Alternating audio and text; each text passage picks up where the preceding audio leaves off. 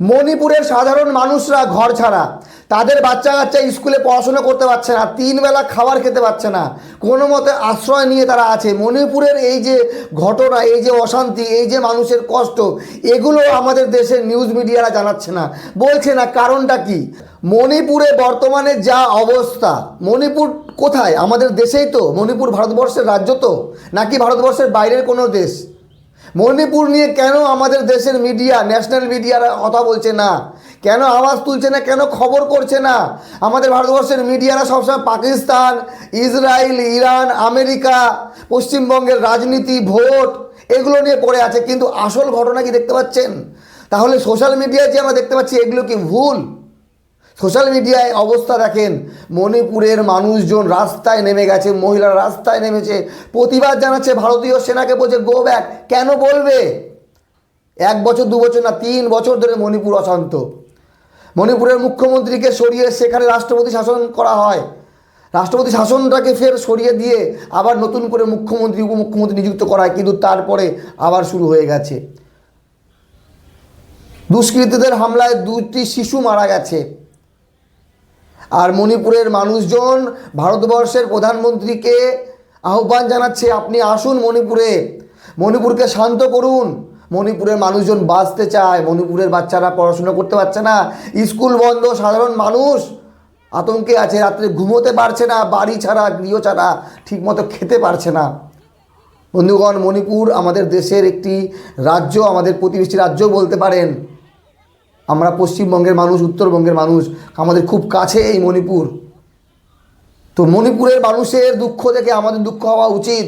যদি ইরানের মানুষের কষ্ট থেকে আমাদের কষ্ট হয়, যদি ইসরায়েলের মানুষের কষ্ট থেকে কষ্ট হয়, তাহলে আমাদের ভারতবর্ষের একটি রাজ্য মণিপুরের মানুষের দেখেও কষ্ট হওয়া উচিত। তারাও মানুষ, তারাও বাঁচতে চায়।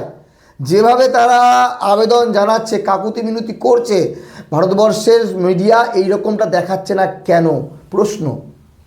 কেন ভারতবর্ষের মিডিয়ারা মণিপুরের ঘটনা তুলছে না? সরকারের ওপর প্রেশার ক্রিয়েট করছে না যে সরকার বড় একটা স্টেপ নিক, যারা দুষ্কৃতী, যারা অশান্তি ছড়াচ্ছে, তাদেরকে মণিপুর থেকে বের করে দিক। কিন্তু এই জিনিসটা হচ্ছে না। হয়তো কিছু প্রবলেম আছে, তা না হলে মণিপুরকে শান্ত বলে এইভাবে চলতে পারেন না। মণিপুরের অবস্থা সত্যি খারাপ। কিছু ছোট ছোট আঞ্চলিক নিউজ মিডিয়াতে মণিপুরের খবর সেই রকমভাবে আসলেও প্রাইম টাইমে কোনো ন্যাশনাল মিডিয়া মণিপুরকে নিয়ে সেই রকম কভারেজ করছে না, সেই রকম 1 ঘন্টা বসে ডিবেট করছে না কিভাবে সরকার মণিপুরের পরিস্থিতিকে শান্ত করতে পারে, সরকার কি পদক্ষেপ নিচ্ছে, এই রকম প্রশ্ন কিন্তু আমাদের ভারতবর্ষের কোনো মিডিয়া করছে না, যেটা করা উচিত। এবং মণিপুরের পরিস্থিতি শান্ত হওয়া উচিত। দেখুন কি বলছে মণিপুরের মহিলারা, কি বলছে মণিপুরের মানুষেরা। मिनिस्टर ऑफ इंडिया, आपको पता है जो आज हुआ है मणिपुर में? आपको पता है भी जो आज हुआ है मणिपुर में? आप बोलते हो कि पीस है, आप बोलते हो कि शांति है, but where is that peace? What kind of nonsense are you talking about that your government is talking about? Today a mother was injured, her 2 babies, little kids were dead. They died today in the hands of militants, in the hands of these people. Today it's one of those dead long black nights that Manipur has been a part of. आप सभी को नमस्ते दोस्तों। हम एक Indian के नागरिक होने के नाते हम हमारे सेंट्रल गवर्नमेंट से ये गुजारिश करूंगी कि illegal immigrants Kuki narco terrorist लोगों ने जिस तरह से इंडिजिनस पीपल, हम मैतेई लोगों के ऊपर जिस तरह से टॉर्चर कर रहे हैं।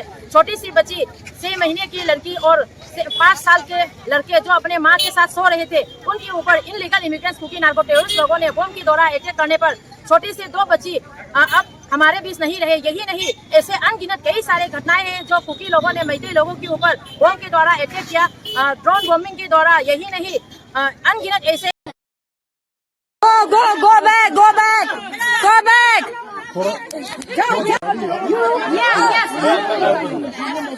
Yeah, side me, ठीक है।